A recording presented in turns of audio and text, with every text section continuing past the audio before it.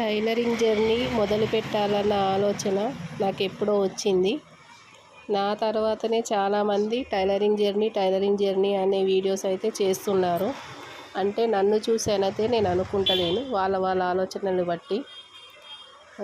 నేనైతే ఒక 2-3 episodes tailoring journey చెప్పాను. ఎందుకో నాకు మళ్ళీ కంటిన్యూ చేయాలనిపిస్తుంది. ఒక్కొక్క జీవితంలో ఒక్కొక్క రకంగా ఉంటుంది.